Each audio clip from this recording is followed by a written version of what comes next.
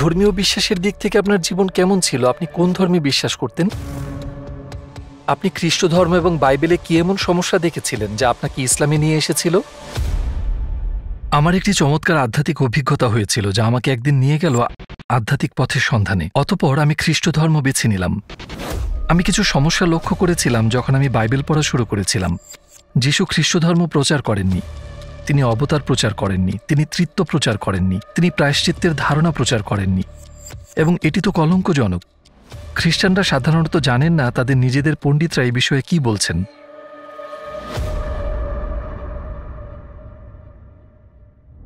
আসসালামু আলাইকুম পল উইলিয়ামস ভাই। আমরা টুয়ার্ডস ইটার্নিটি আপনাকে আমাদের সাথে পেয়ে খুব খুশি হয়েছি। শুরুতেই জানতে চাই পল উইলিয়ামস কে? সংক্ষেপে আপনার জীবন সম্পর্কে বলবেন আমাদের?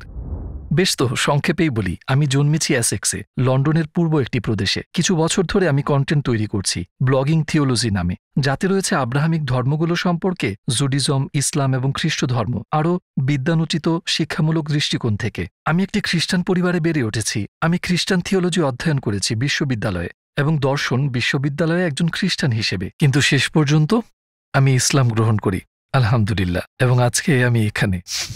ইসলামের আগে আপনার জীবনে ধর্মবিশ্বাস কেমন ছিল? আপনি কিসে বিশ্বাস করতেন? ২০ বছর বয়সে আমি একজন পূর্ণজন্ম খ্রিস্টান হয়েছিলাম। প্রাপ্তবয়স্ক হিসেবে আমি কোনো সাধারণ খ্রিস্টান ছিলাম না। আমি আমার বিশ্বাসকে খুব গুরুত্বের সাথে নিতাম এবং একদিন খুব চমৎকার একটি আধ্যাত্মিক অভিজ্ঞতা পেলাম যা আমাকে একটি আধ্যাত্মিক পথ অনুসন্ধানে নিয়ে গেল এবং আমি খ্রিস্টানিটি বেছে নিলাম, কারণ এটি আমার চিরাচরিত ধর্ম ছিল, সাধারণ খ্রিস্টানিটি। তাই আমি খ্রিস্টান হলাম এবং ইভাঞ্জেলিক্যাল নামক একটি গির্জায় যেতাম। আমি সবসময়ই গির্জায় যেতাম এবং বিশ্বাস করতাম যিশুই আল্লাহ। আমি তৃত্ববাদে এবং অবতারে বিশ্বাস করতাম এবং বাইবেল খুব যত্ন সহকারে পড়তাম, এবং এটি বেশ কয়েক বছর ধরেই চলছিল। কিন্তু খ্রিস্টানিটির আগে আপনি একজন নাস্তিক ছিলেন। হ্যাঁ, তাই খ্রিস্টানিটির আগে কিশোর বয়সে আমি একজন নাস্তিক ছিলাম, এবং তারপর আমি ২০ বছর বয়সে মনে পড়ে এক সকালে, রবিবার দিন সকালে আমি সাইকেল চালিয়ে বাসায় ফিরছিলাম লন্ডনের একটি পার্টি থেকে, সারা রাত পার্টি করে, এবং আসার পথে ইসলিংটনে একটি সুন্দর গির্জা দেখলাম। এখান থেকে খুব একটা দূরে নয়, এবং আমি ভাবলাম একটু ভেতরে যাব, কারণ আমি বেশ কৌতূহলী ছিলাম। এবং আমি ভেতরে ঢুকলাম, পিছনে বসলাম, এবং হঠাৎ করেই আমি এক আধ্যাত্মিক শক্তি অনুভব করলাম। মনে হচ্ছিল যেন মোহাব্বত আমাকে টানছে, আমাকে খুব কাছে টানছিল, এবং যা আমি চাই না, ইচ্ছে হচ্ছিল যেন বলি, না শুক্রিয়া, যদি আমি আর কিছুক্ষণ থাকি তো কেঁদেই ফেলতাম। এটা এতটাই শক্তিশালী ছিল। তাই দ্রুত আমি ওখান থেকে চলে গেলাম। এটা যিশুকে নিয়ে নয়, বরং অন্যরকম এক সুখানুভূতি ছিল যা সত্যি অসাধারণ ছিল। তো আমি পরের সপ্তাহে আবার গেলাম অসাধারণ সেই মোহাব্বতের টানে, কিন্তু এবার কিছুই হয়নি। তবে আমি বুঝতে পারলাম এটা অলৌকিক এক অনুভূতি ছিল যা আমাকে নিয়ে যাচ্ছে অলৌকিক এক বিশ্বাস এবং আধ্যাত্মিক জীবনে। যেহেতু আমি বংশগতভাবেই খ্রিস্টান, তো আমি গির্জায় যাওয়ার সিদ্ধান্ত নিলাম। আমি ইসলাম সম্পর্কে কিছুই জানতাম না তখন। অতঃপর আমি খ্রিস্টান ধর্ম গ্রহণ করলাম। যখন আমি বাইবেল পড়া শুরু করলাম, আমি কিছু সমস্যা লক্ষ্য করেছিলাম। এছাড়া তাতে আর তেমন গুরুত্বপূর্ণ কিছু ছিল না। কিন্তু শেষ পর্যন্ত আমি ইসলামকে আবিষ্কার করি। আল্লাহ তাআলা আমাকে ইসলামের পথ দেখান। খ্রিস্টান হিসেবে আমার যে সমস্যাগুলি ছিল তার সমাধান ইসলামেই পেয়েছি। তাই আমি ধর্ম পরিবর্তন করি। খ্রিস্টান ধর্ম ও বাইবেলে আপনি কোন ধরনের সমস্যা পেয়েছিলেন যা আপনাকে ইসলামের দিকে নিয়ে গেল? আমি এখন যা বলবো তা পণ্ডিতগণ বলেছেন, ইতিহাসবিদ আবিষ্কার করেছেন। আমার মনে হয় যে যিশু খ্রিস্টান ধর্ম প্রচার করেননি, তিনি গির্জা প্রতিষ্ঠা করেননি। উদাহরণস্বরূপ, একটিমাত্র গসপেল ছাড়া কোনো গসপেলেই যিশু গির্জা সম্পর্কে বলেননি। প্রাচীন গসপেলে তো যিশু গির্জা সম্পর্কে কোনো কথাই বলেননি, এবং তিনি খ্রিস্টান ধর্ম প্রচার করেননি। তিনি প্রচার করতেন আল্লাহ, তাওহিদ, অর্থাৎ আল্লাহর একত্ববাদ সম্পর্কে। তিনি মিথ্যাচারের বিরুদ্ধে নিয়ত, সততা, প্রতিবেশীর প্রতি সম্প্রতি এবং আল্লাহর প্রেম প্রচার করতেন। তাই এটি ছিল এক প্রকার পুনর্বিকরণ আন্দোলন। ইহুদি ধর্মের মধ্যে এই আধ্যাত্মিক পুনর্বিকরণ আন্দোলন। তাই যদি আপনি যিশুর ধর্ম বলতে চান, তবে আমরা তাকে ইহুদি ধর্ম বলবো, বা ইসরায়েলিদের বিশ্বাস। বেশিরভাগ ইতিহাসবিদদের মতে তিনি অবতারের প্রচার করেননি, তিনি তৃত্ববাদের প্রচার করেননি, তিনি প্রায়শ্চিত্তের ধারণা প্রচার করেননি। খ্রিস্টান ধর্মের সমস্যা হল যিশুতে আল্লাহর মানবরূপে আবির্ভাবের ধারণাটি। এটি একটি নতুন ধারণা। যিশুর সময়কালে এটি ছিল না। এটি কেবল গসপেল অফ জনে পাওয়া যায়। এটি হল সর্বশেষ লেখা গসপেল। প্রাচীন ম্যাথু, মার্ক এবং লুক গসপেলগুলোতে মার্ক সবচেয়ে প্রাচীন, কোনো অবতার নেই, এবং সবচেয়ে কম ঐতিহাসিক গসপেল হল গসপেল অফ জন। গসপেলের কেবল একটি স্থানে যিশু ঘুরিয়ে ফিরিয়ে বলেন, আমি পৃথিবীর আলো, বা আব্রাহামের আগে আমি ছিলাম, বা আমি পুনরুত্থান ও জীবন, বা আমি পৃথিবীর আলো। এইসব আমি বিবৃতিগুলি কেবল একটিমাত্র গসপেলেই পাওয়া যায়। সর্বশেষ জন গসপেলে আপনি যদি প্রাচীন গসপেলগুলি দেখেন, যিশু কখনোই এভাবে কথা বলেন না। তিনি আল্লাহর কথা বলেন, তিনি তাওবার কথা বলেন। যিশু আল্লাহ নন, অন্য কেউ। তিনি বার্তা নন, আল্লাহই বার্তা। উনি বার্তা বাহক মাত্র। উনি নিশ্চিতভাবে আল্লাহর নবী, কিন্তু উনি আল্লাহ নন।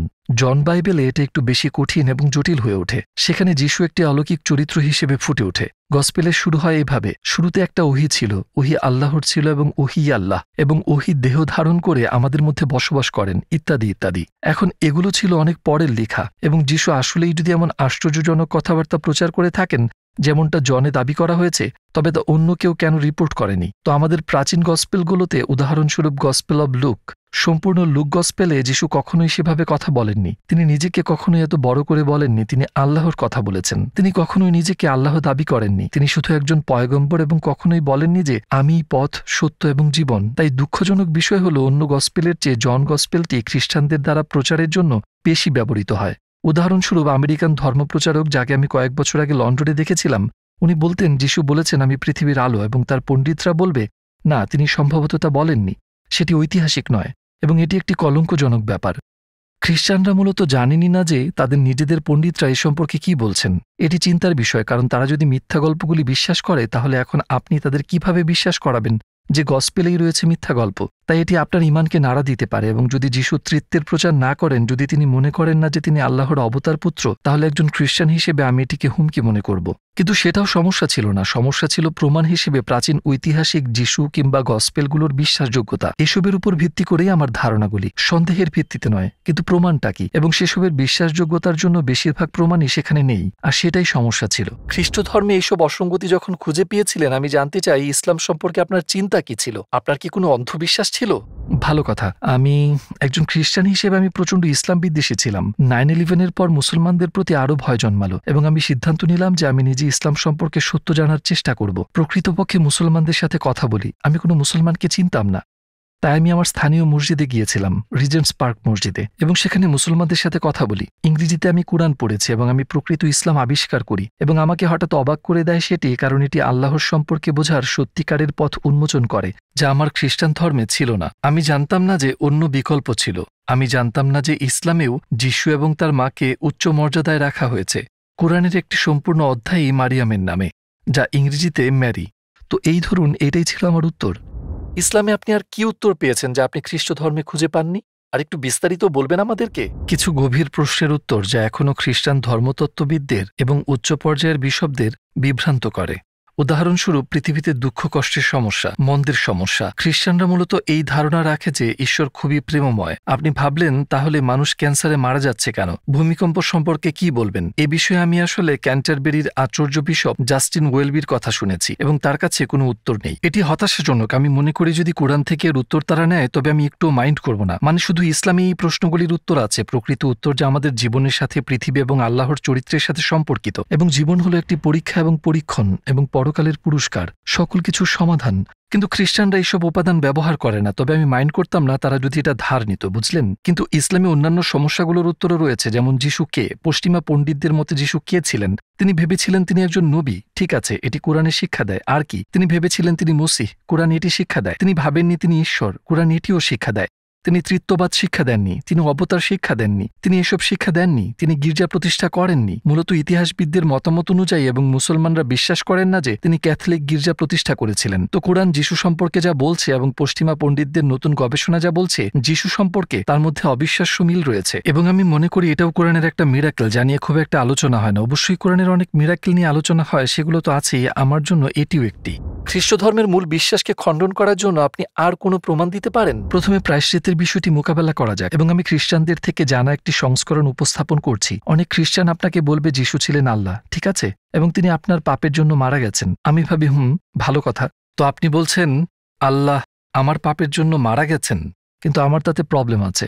বাইবেল অনুসারে বলা হয় ঈশ্বর অমর, এবং তবুও আপনি বিশ্বাস করেন যে যিশু আমার পাপের জন্য মারা গেছেন। তারা বলে আচ্ছা আচ্ছা আচ্ছা, ওকে, ঠিক আছে, আল্লাহ মারা যাননি, কিন্তু তার মানব সত্তাটি মারা গেছে। মানব যিশু আপনার পাপের জন্য মারা গেছেন। এটাও মজার বিষয়। তাহলে আপনি আমাকে বলছেন যে আপনি মানব বলিদানে বিশ্বাস করেন, এবং তাদের মতে সেটাই হচ্ছে আল্লাহর সাথে পুনর্মিলনের পথ, এটিই প্রায়শ্চিত্ত। না, এটা আসলে মানব বলিদান নয়। কিন্তু এটাই কারণ যিশু ছিলেন একজন মানুষ, তিনি ছিলেন আপনার পাপের জন্য বলি। সেটা আপনি এইমাত্র বলেছেন। যিশু মানব বলিদানের প্রচার করেননি, তিনি একজন দয়ালু এবং প্রেমময় আল্লাহর প্রচার করেছেন। তাই এটাই একটা সমস্যা। অপর একটি সমস্যা হলো তৃত্বের সমস্যা। এখানে দুটি সমস্যা আছে। প্রথমত, যিশু কখনো এটা শেখাননি, তার শিষ্যরা এটি বিশ্বাস করেননি। এটা আমার জন্য বড় একটা সমস্যা। দ্বিতীয়ত, তারা বলে যে আল্লাহ এক, কিন্তু পিতা আল্লাহ, পুত্র আল্লাহ এবং পবিত্র আত্মাও আল্লাহ। কিন্তু এখানে আছে তিনটি, কিন্তু তারা এক। এবং আমি বলছি অপেক্ষা করো, অপেক্ষা করো, পেছনে যাও। তাহলে পিতা কিভাবে পূর্ণ আল্লাহ হতে পারে, পুত্র পূর্ণ আল্লাহ এবং পবিত্র আত্মা পূর্ণ আল্লাহ হতে পারে, কিন্তু তবুও এক আল্লাহ থাকবে কিভাবে? আপনি সবেমাত্র বলেছেন যে তিনটি আল্লাহ আছে। ধীরে ধীরে তৃত্ব ধারণার বিকাশ হয়েছিল কয়েক শতাব্দী ধরে। তাই প্রথমে ধারণা ছিল যে আল্লাহ আছে, আল্লাহ পিতা, এবং তারপর সমস্যা ছিল আল্লাহর সাথে যিশুর সম্পর্ক কি। এবং বিশেষ করে দ্বিতীয় শতাব্দীতে ধারণা করা হয়েছিল যে যিশু এবং আল্লাহ কোনো না কোনোভাবে সম্পর্কে ছিলেন। আল্লাহ আল্লাহই ছিলেন, কিন্তু কোনো না কোনোভাবে যিশুও আল্লাহই ছিলেন। কিন্তু এটা আসলে তৃতীয় শতাব্দীতে হয়েছিল, তুরস্কের নিকাইয়া কাউন্সিলে। শুধুমাত্র নিকাইয়া কাউন্সিলে আনুষ্ঠানিকভাবে সম্রাট কনস্টান্টাইনের অধীনে বিশপরা সিদ্ধান্ত নিয়েছিলেন যে পুত্র এবং পিতা সমান ছিলেন। তারা তাদের একই পদার্থ ছিল, অথবা গ্রিকে হোমোউসিয়ন। হোমো মানে একই এবং উসিয়া মানে পদার্থ। তাই পুত্র এবং পিতা একই পদার্থ ছিলেন। অর্থাৎ এভাবেই যিশু ছিলেন আল্লাহ। মানুষ প্রায়ই বলে নিকাইয়া তৃত্ব সম্পর্কে ছিল, তা ছিল না। নিকাইয়া কাউন্সিল তৃত্ব উল্লেখ করেনি। তারপরে চ্যালকিডন কাউন্সিলে এবং কনস্টান্টিনোপল কাউন্সিলে এসেছিল। নিকাইয়াতে তারা কথা বলেছিল পুত্র এবং পিতার সম্পর্ক নিয়ে, এবং বাইবেলে ছিল একমাত্র তৃত্ব সম্পর্কিত আয়াত। কারণ ছিল একটাই, এটি ভুল ছিল। এটি পরে যোগ করা হয়েছিল এবং আমরা জানি এটি হলো 1 জন 5 থেকে 7। যদি আপনি আপনার আধুনিক বাইবেলগুলিতে দেখেন, অধিকাংশ আধুনিক বাইবেলে এখন এটি বাদ দেয়া হয়েছে। কিন্তু এটি বলে 3টি আছে যারা সাক্ষী দেয় স্বর্গে, পিতা, বাক্য এবং আত্মা, অর্থাৎ পিতা, পুত্র এবং পবিত্র আত্মা। কিন্তু এটি একটি তৈরি আয়াত যা সবাই এখন একমত, শুধুমাত্র মৌলবাদীরা বাদে, যা বাইবেলে যোগ করা হয়েছিল। আপনি যদি তৃত্ববাদের এই আয়াতটি সরিয়ে নেন, যা সব পণ্ডিতরাই করে, তাহলে বাইবেলে তৃত্ববাদ সম্পর্কে কিছুই নেই। আপনি বলেছেন যে গসপেল লেখকরা হলেন ম্যাথু, মার্ক, লুক এবং জন। তারা কারা? এই লোকদের সম্পর্কে কোনো ঐতিহাসিক রেকর্ড আছে কি, নাকি তারা অজ্ঞাতনামা? আপনি ঠিক বলেছেন। যেমন 4টি গসপেল অজ্ঞাতনামা। উদাহরণস্বরূপ মেথু গসপেলের কথাই ধরুন। নতুন নিয়মের প্রধান উদাহরণ, নতুন নিয়মের প্রথম বই। এটি কখনোই বলে না যে এটি কার, কে লিখেছে। আমি যে খ্রিস্টানদের সাথে কথা বলি তারা আমার সাথে একমত নন এই ব্যাপারে। তাই আমি বলি ঠিক আছে, আমি অপেক্ষা করব। আমাকে গসপেলের যে কোনো অংশে দেখান যেখানে লেখকের নাম বলা আছে। হ্যাঁ হ্যাঁ হ্যাঁ, আছে আছে, জন গসপেলে বলা আছে। ঠিক আছে, আমি অপেক্ষা করব। এখানে আপনার বাইবেল দেখান কোথায় বলা আছে। তো আমি অপেক্ষা করি। আমি সাধারণত তাদের 2 মিনিট দিই, কারণ আমার জীবনে করার অনেক কিছু আছে, বুঝলেন। এবং আমি সবসময় জানি, কারণ এটা দাবার একটি খেলা। তারা ফিরে এসে বলবে এবং তারা বিষয় পরিবর্তন করে। তারা শুধু বিষয় পরিবর্তন করে কারণ জনের কোথাও লেখকের নামকরণ করা নেই যে এটি লিখেছেন, এটি সেখানে নেই। কিন্তু তারা বিশ্বাস করে যে এটি আছে, কারণ তাদেরকে এমনটাই বলা হয়েছে। এমন ভিত্তিহীন ধর্মগ্রন্থ ও বিশ্বাস ব্যবস্থা থাকা সত্ত্বেও কেন এত মানুষ এখনও খ্রিস্ট ধর্ম অনুসরণ করে চলেছেন? বেশ তো, এটা সহজ, কারণ তারা জানে না যে এটি একটি প্রবলেম। অনেক খ্রিস্টান শিক্ষিত মানুষ, হয়তো তারা রসায়ন, হিসাবরক্ষণ, মিডিয়া স্টাডিজ ইত্যাদিতে ডিগ্রি নিয়েছেন, বুঝলেন। তারা মোটেও বোকা নয়, মোটেও নয়। কিন্তু গির্জাগুলি যেভাবে তাদেরকে বিশ্বাস শেখায়, তারা তাদের নিজেদের শাস্ত্রের উন্নত বোঝাপড়া শেখায় না তাদেরকে। এখন যে পাদ্রী ও প্রচারকরা তাদের শেখান বা তাদের উপর প্রচার করেন, তারা বিশ্ববিদ্যালয়ে প্রশিক্ষিত। তারা জানেন, যেমন জন গসপেল 4টি গসপেলের মধ্যে সবচেয়ে কম ঐতিহাসিক। তারা জানে, কারণ তাদের এটা শেখানো হয়েছে। তাহলে সাধারণ মানুষ কেন জানে না? এবং অনেক কারণ দেওয়া হয়েছে।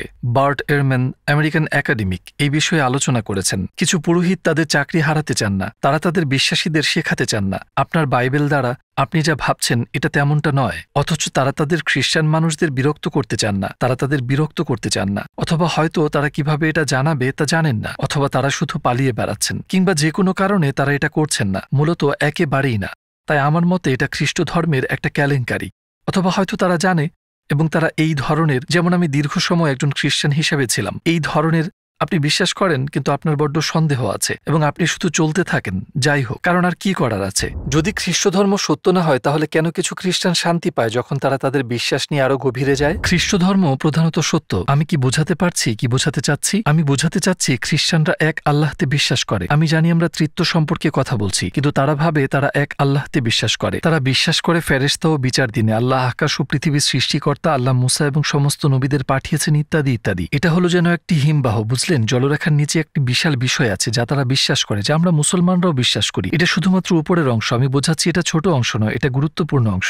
তৃত্ব, অবতার এবং প্রায়শ্চিত্ত সম্পর্কে যা আমরা একমত নই। তাই খ্রিস্ট ধর্ম মূলত সম্পূর্ণ মিথ্যা নয়, তো এটা তার চেয়েও বেশি জটিল। আমি মনে করি অনেক খ্রিস্টান যখন আল্লাহর কাছে প্রার্থনা করে তারা কেবল পিতার কাছেই প্রার্থনা করে। অনেক খ্রিস্টানকে বলতে শুনেছি তারা যিশু সম্পর্কে নিশ্চিত নয়। তারা আনুষ্ঠানিকভাবে বিশ্বাস করতে পারে যে তিনি আল্লাহ, কিন্তু ব্যবহারিকভাবে তারা পিতার কাছেই প্রার্থনা করে। তাই তারা কার্যত ইউনিটারিয়ান, যার মানে তারা যিশুর পরিবর্তে ঈশ্বরের একত্বে বিশ্বাস করে। তারা প্রায়ই এমন আচরণ করে যেন তারা অনুশীলনে ইসলামের সাথে বেশি মিলে যায়। আমি মনে করি তাই তাদের অনেকেই শান্তি পায়, কারণ সত্যিই শান্তি আছে। আমি মানি, যেমন আমি করি, আল্লাহ দয়ালু এবং সত্যিই তিনি মানুষকে পথ দেখাতে চান অন্যান্য ধর্মের থেকে সত্যের দিকে, এমনকি সেই বিশ্বাসের মধ্যেও, যেমন শিরক, বহু দেবতাবাদ থেকে দূরে। আমি এটা বিশ্বাস করি কারণ আমি মনে করি আল্লাহ মানুষের বিষয়ে ভাবেন। কোরআনে আমরা জানি যে যিশু আলাইহিসসালাম শেষ নবী সাল্লাল্লাহু আলাইহি ওয়াসাল্লামের আগমনের সুসংবাদ দিয়েছিলেন। বাইবেল পড়ার সময় আপনি কি কখনো এরকম কোনো তথ্য দেখেছেন? হ্যাঁ, প্রাচীন গসপেলগুলোতে পাই। জনে না, সবচেয়ে কম ঐতিহাসিক প্রাচীন গসপেলগুলোতে আপনি যিশুকে বলতে দেখবেন যে মানুষের পুত্র আসবেন তার কথা, নিজের নয়। তিনি তৃতীয় ব্যক্তিতে কথা বলছেন, অন্য কেউ আছে। এখন খ্রিস্টানরা প্রায়ই বলে, ওহ, যিশু সেখানে নিজের কথা বলেছেন, কিন্তু এটা কিছুটা বিকৃত। যিশু নিজের কথা বলেন, তারপর তিনি তৃতীয় ব্যক্তিতে পরিবর্তন করে বলেন যে একজন মানুষের পুত্র যে আসবেন তার কথা। বার্টের মানের মতো লোকেরা এবং অন্যান্যরা আমেরিকার নতুন নিয়মের পণ্ডিতরা বলছেন যিশু অন্য কাউকে নিয়ে কথা বলছেন যে আসতে চলেছেন। নতুন নিয়মের গ্রিক ভাষায় মুহাম্মদ শব্দটি একেবারেই উল্লেখিত নয়, এবং এই গসপেলগুলো বিকৃত ও পরিবর্তিত হওয়া সত্ত্বেও আমরা কিন্তু এখনও শক্তিশালী ইঙ্গিত দেখতে পাই যে যিশু অন্য কাউকে নিয়ে কথা বলেছিলেন, এবং সেটি ঐতিহাসিক। এবং জনের অধ্যায় 14 এবং তার পরেও আমরা দেখি যিশু ছাড়াও অন্য কাউকে নিয়েও কথা বলা হচ্ছে যে আসতে চলেছে। তাই চিহ্নগুলি সেখানে আছে, এমনকি আমাদের কাছে যে গসপেলগুলো আছে তাতেও। ইসলাম শতভাগ সত্য তা আপনাকে বিশ্বাস করতে উদ্বুদ্ধ করার মূলে কি ছিল? আমি যে জিনিস আবিষ্কার করেছি যা আমাকে অপ্রত্যাশিতভাবে সম্পূর্ণরূপে মুগ্ধ করেছে তা হল হযরত মুহাম্মদ সাল্লাল্লাহু আলাইহি ওয়াসাল্লামের জীবন এবং শিক্ষা। জানেন, যখন আমরা টেলিভিশন ও পশ্চিমা সাহিত্যে মহান ঐতিহাসিক ব্যক্তিদের সম্পর্কে কথা বলি, বুঝলেন, তারা প্লেটো থেকে শুরু করে সিজার, জুলিয়াস সিজার এবং আলেকজান্ডার দ্য গ্রেট সম্পর্কে কথা বলেন।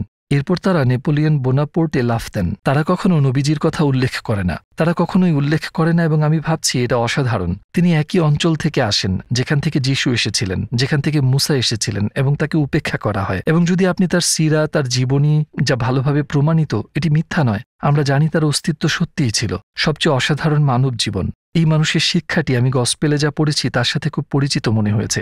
যেমন লুকে বা ম্যাথিউতে গসপেলে অনেক সত্য বিষয় আছে, এবং আমি মনে করি এখনও আছে। তাই যখন আমি মুহাম্মদ সাল্লাল্লাহু আলাইহি ওয়াসাল্লামের শিক্ষাটি দেখলাম, আমি একটি প্রামাণিক আধ্যাত্মিক শিক্ষকের চিহ্নগুলি চিনতে পেরেছিলাম, এবং সেটিই ছিল আমার ইসলাম গ্রহণের কারণ। কারণ আমি যিশু এবং মুহাম্মদ সাল্লাল্লাহু আলাইহি ওয়াসাল্লামের মধ্যে একটা সংযোগ দেখেছি। যদি যিশু একজন নবী হয়ে থাকেন তবে মুহাম্মদও ছিলেন, যদি মুসা একজন নবী হয়ে থাকেন নিশ্চিতভাবেই মুহাম্মদও নবী ছিলেন, কারণ তারা একই, তারা পরিবর্তনযোগ্য, তারা উভয়ই জাতির প্রধান, তারা ছিলেন সেনাপতি, তারা দুজনেই ছিলেন আইন প্রণেতা, ছিলেন আধ্যাত্মিক গাইড, তারা ছিলেন পিতা। পার্থক্য হল মুসাকে ইসরায়েলের জন্য পাঠিয়েছিলেন এবং মুহাম্মদ সাল্লাল্লাহু আলাইহি ওয়াসাল্লামকে পাঠিয়েছিলেন সমগ্র মানব জাতির জন্য। আমাদের নবী সম্পর্কে কোন বিষয়টি আপনাকে সবচেয়ে বেশি মুগ্ধ করেছে? অনেক কিছুর মধ্যে একটি দিনের ঘটনা যা আমাকে সত্যিই মুগ্ধ করেছে, সেটি হলো যেদিন তিনি এবং তার সাথীরা এবং উম্মাহ মক্কায় প্রবেশ করেন, যখন তারা অবশেষে মক্কা ফিরে পেয়েছিলেন এবং তারা মক্কা জয় করেছিলেন, এবং তিনি তার শত্রুদের সাথে যেভাবে আচরণ করেছিলেন। পশ্চিমা অনেক মানুষ ইসলাম সম্পর্কে খুব নেতিবাচক মন্তব্য করেন। তারা সব, আমি নিশ্চিত মুহাম্মদ তার শত্রুদের হত্যা করেছিলেন বা কিছু একটা। জোসেফ যখন মিশরের দ্বিতীয় সর্বাধিক শক্তিশালী মানুষ ছিলেন, এবং তার ভাইয়েরা যারা তার সাথে বিশ্বাসঘাতকতা করেছিলেন এবং তাকে দাসত্বে বিক্রি করে দিয়েছিলেন এবং মৃত বলে ছেড়ে দিয়েছিলেন, তিনি এই নীচ মানুষদের সাথে কিভাবে আচরণ করেছিলেন, ক্ষমা করে দিয়েছিলেন, তিনি তাদের দয়া দেখিয়েছিলেন। এবং এটা ছিল সেই উদাহরণ যা হযরত মুহাম্মদ সাল্লাল্লাহু আলাইহি ওয়াসাল্লাম স্পষ্টতই প্রতীয়মান হয় যখন তিনি মক্কা জয় করেছিলেন। মূর্তি পূজারীদের চেয়ে বেশি ক্ষমতাবান, সর্বোচ্চ ক্ষমতার অধিকারী হওয়া সত্ত্বেও তিনি তাদেরকে ধ্বংস করতে পারতেন, কিন্তু তিনি তা করেননি। তিনি তাদের দয়া দেখিয়েছিলেন, এটা যা হযরত মুহাম্মদের উত্তম চরিত্রের একটি উজ্জ্বল দৃষ্টান্ত। এবং আমি শুধু চাই পশ্চিমা দুনিয়া এটা সম্পর্কে জানুক। মুসলিম বিশ্ব এটা সম্পর্কে জানে, কিন্তু পশ্চিমা দুনিয়া জানে না। তারা সত্যিই হতভাগা যে তারা এটা জানে না। ইসলাম গ্রহণের পূর্বে আপনার উদ্দেশ্য এবং পরবর্তীতে আপনার পরিকল্পনা কি? আমি সবসময় আমার জীবনের উদ্দেশ্য ইসলামের আগে যা ছিল এখনো কিছুটা একই রকম আছে, যেখানেই পাওয়া যায় সত্য অনুসন্ধান করা। আমি মনে হয় না আমার ইসলামের বাইরে যাওয়ার প্রয়োজন আছে, আর তাই আমি ইসলামের মধ্যেই সত্য অনুসন্ধান করছি। আমি এখনো শিখছি, তার আগে কিংবা এখনো অনুসন্ধান করেই যাচ্ছিলাম। ইতিমধ্যে আমি বাড়ি ফিরে আসলাম। ফিরে এসেও কিন্তু আমি আগের মতোই সর্বোত্তম জ্ঞান অর্জন এবং বোঝার জন্য অনুসন্ধান করছি। আমরা আমরা দেখতে পাচ্ছি সারা বিশ্বে নাস্তিকতা বৃদ্ধি পাচ্ছে এবং অনেক মানুষ খ্রিস্টান ধর্ম ত্যাগ করছে, বিশেষ করে যুক্তরাজ্য এবং ইউরোপে। আপনি বর্তমান পরিস্থিতি দেখে ইসলামের সাথেও কি একই প্রবণতা দেখেন? আমি একজন একাডেমিক, প্রফেসর লিন্ডা উডহেড। তিনি লন্ডনের কিংস কলেজের একজন অধ্যাপক। তিনি ব্রিটেনের ধর্ম বিষয়ক একজন উচ্চপদস্থ বিশেষজ্ঞ, ধর্মের সমাজবিজ্ঞানী। তিনি আদমশুমারি সম্পর্কে মন্তব্য করেছিলেন, যা প্রকাশিত হয়েছিল বেশ কয়েক মাস আগে। ব্রিটেনে ধর্ম হ্রাস পাচ্ছে এবং এটি বেশ কয়েক দশক ধরে অনেক তীব্রভাবে হ্রাস পাচ্ছে। এই হ্রাস প্রবণতা আগামীতেও অব্যাহত থাকবে এবং প্রচেষ্টা চলছে এই হ্রাস অব্যাহত রাখা। কিন্তু যে ধর্মটি ব্রিটেনে হ্রাস পাচ্ছে না তা হল ইসলাম। আমি কয়েকদিন আগে বার্মিংহামে গিয়েছিলাম।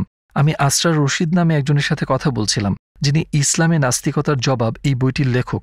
সত্যিই যা আমি সুপারিশ করি তা হল বার্মিংহাম হল সম্ভবত ব্রিটেনের দ্বিতীয় শহর। তিনি আমাকে বলছিলেন বার্মিংহামে প্রায় 40% লোক এখন মুসলিম। এটি অনেক বড় একটি অংশ। প্রথম প্রজন্মের মুসলিমরা এসেছিলেন কখন? 1950 সালে, 1960 সালে। তারা অবশ্যই ইমানদার মুসলিম ছিলেন না, তাদের সন্তান ছিল অবশ্যই। তো আমি তাকে প্রফেসর লিন্ডা উডহেড সম্পর্কে বললাম, ধর্ম হ্রাস পাচ্ছে, বুঝলেন, নাস্তিকতা, ভৌতিকতা বাড়ছে। ব্রিটেনের মুসলিম যুবকদের কি অবস্থা বার্মিংহামে, ব্রিটেনের দ্বিতীয় শহরে? তারা কি ইবাদত করছে, রোজা রাখছে? আরে হ্যাঁ, তারা তাদের বাবা মায়ের চেয়ে অধিক ধার্মিক। তাই আমরা ইংল্যান্ডে দেখতে পাচ্ছি মুসলিমদের ক্ষেত্রে শুধুমাত্র যুবকরা তাদের বিশ্বাসে অটল নয়, বরং তারা 5 ওয়াক্ত নামাজ আদায় করছে এবং তাদের ধার্মিকতা বৃদ্ধি পাচ্ছে তাদের নিজেদের বাবা মায়ের চেয়ে বেশি। এটি সত্যিই অবিশ্বাস্য এখন। এবং কেউ আমাকে বলেছিলেন যিনি জার্মানি সম্পর্কে জানেন, কারণ আমি ভাবছিলাম ওয়াও, ইংল্যান্ড অসাধারণ না? ওহ না, জার্মানিতেও এরকম, অন্যান্য স্থানেও এমনটি হচ্ছে। ইউরোপে মুসলিমরা তাদের বিশ্বাস হারাচ্ছে না, বরং তরুণরা তা ধরে রাখছে এবং এটি ভবিষ্যতের জন্য ভালো। যারা এই ভিডিও দেখছেন এবং ইসলাম গ্রহণ করার বিষয়ে ভাবছেন কিন্তু দ্বিধা করছেন, তাদেরকে উৎসাহিত করতে কিছু বলতে চান? আমার পরিচিত একজন, যিনি ইংল্যান্ড চার্চের একজন যাজক ছিলেন, মানে তিনি কিছু সময়ের জন্য লন্ডনে একটি চার্চে যাজক ছিলেন, এবং তিনি যখন ইসলাম গ্রহণ করেছিলেন তিনি এমন একটি স্তর, গভীরতা আবিষ্কার করেছিলেন বন্ধুত্ব এবং ভ্রাতৃত্বের, যা তিনি কখনো খ্রিস্টান হিসেবে অনুভব করেননি।